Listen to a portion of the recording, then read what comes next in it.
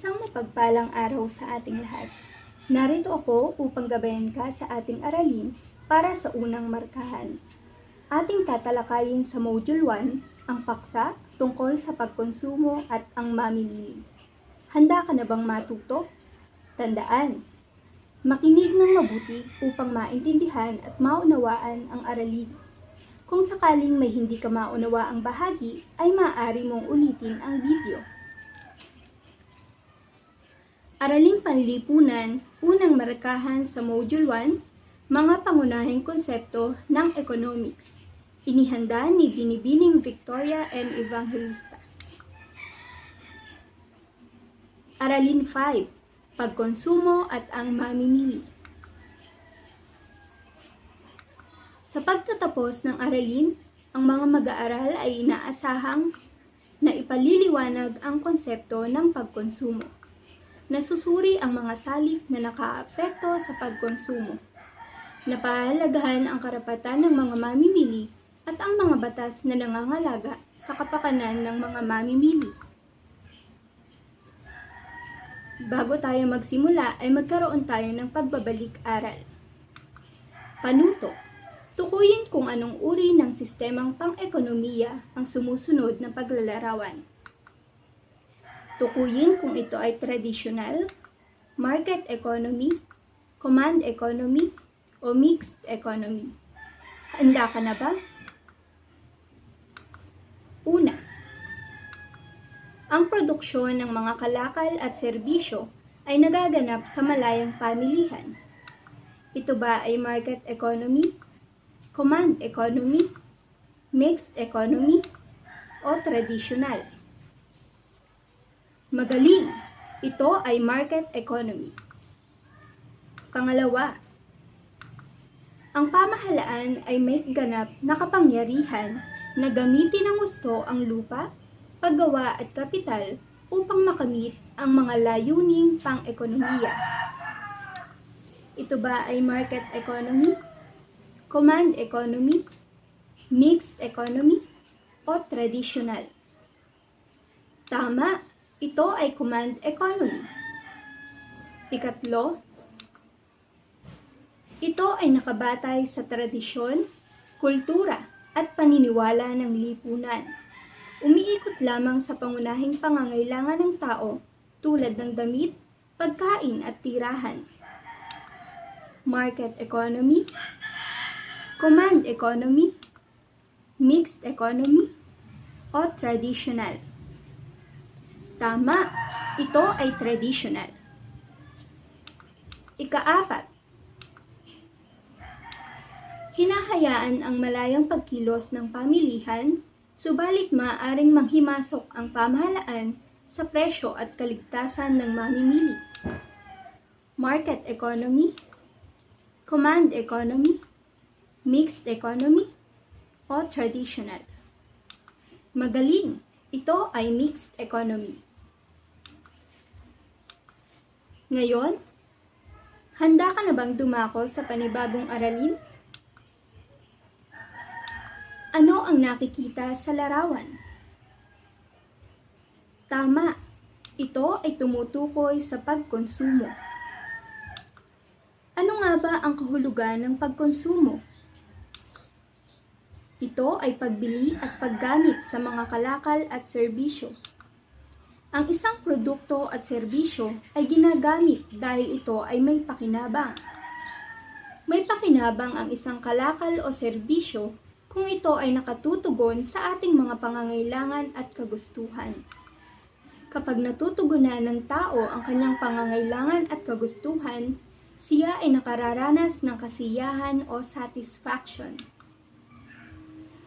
Uri ng pagkonsumo. Tuwiran, kung agad na nararamdaman ang epekto ng paggamit ng kalakal o serbisyo. Produktibo, kung ang isang kalakal o serbisyo ay nakakalikha ng panibagong produkto na nagbibigay ng higit na kasiyahan. Ikatlo, maaksaya, kung ang produkto o serbisyo ay hindi nagdudulot ng kasiyahan o kapakinabangan. Mapaminsala, kung ang produkto o serbisyo ay nakasasama sa mamimili o sa lipunan. Mga salik na nakakaapekto sa pagkonsumo. May iba't ibang salik na nakakaapekto sa pagkonsumo ng isang tao. Ang pagkakaiba-iba ng kanilang katangian ang dahilan kung bakit nagkakaiba-iba ang paraan at dahilan ng kanilang pagkonsumo. Una, pagbabago sa presyo. May pagkakataon na nagiging motibasyon ang presyo ng produkto o serbisyo sa pagkonsumo ng isang tao. Kalimitan, mas mataas ang pagkonsumo kung mababa ang presyo, samantalang mababa ang pagkonsumo kapag mataas ang presyo. Kadalasan, mas tinatangkilik ng mga mamimili ang produkto o serbisyo kapag mura dahil mas marami silang mabibili. Samantala, kaunti naman ang kanilang binibili kung mataas ang presyo nito.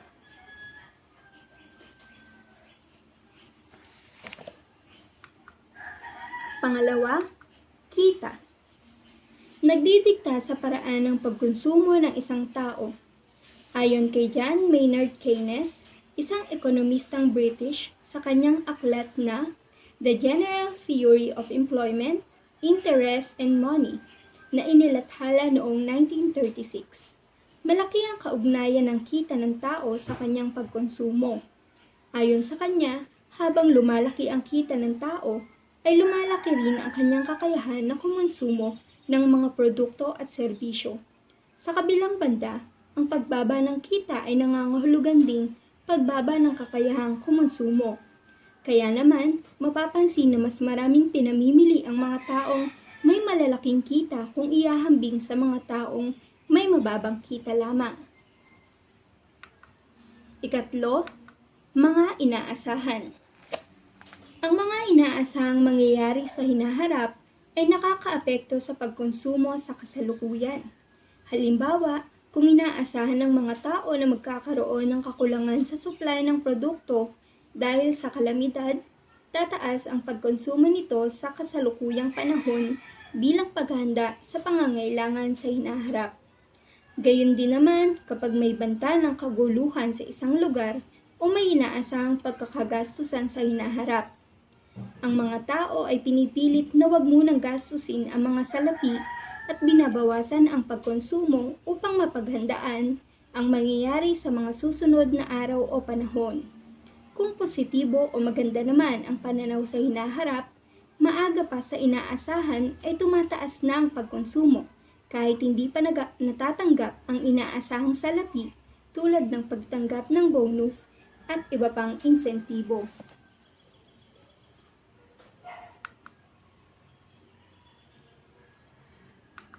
Ika-4, pagkakautang.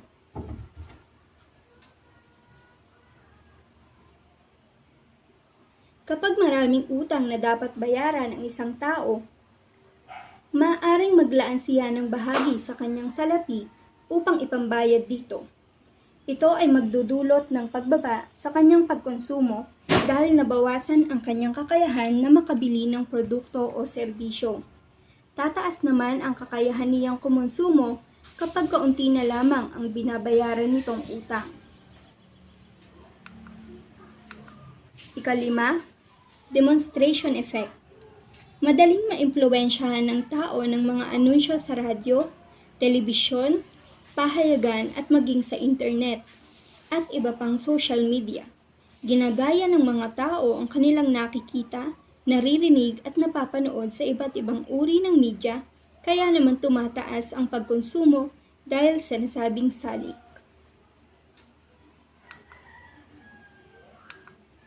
Ang matalinong mamimili.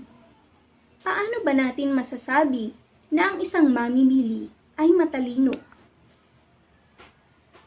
Ito ay ang mga sumusunod. Siya ay mapanuri, may alternatibo o pamalit, hindi nagpapadaya, makatuwiran, sumusunod sa budget, hindi nagpapanik buying, at hindi nagpapadala sa anunsyo. Mga batas na nagbibigay proteksyon sa mamimili. Consumer Act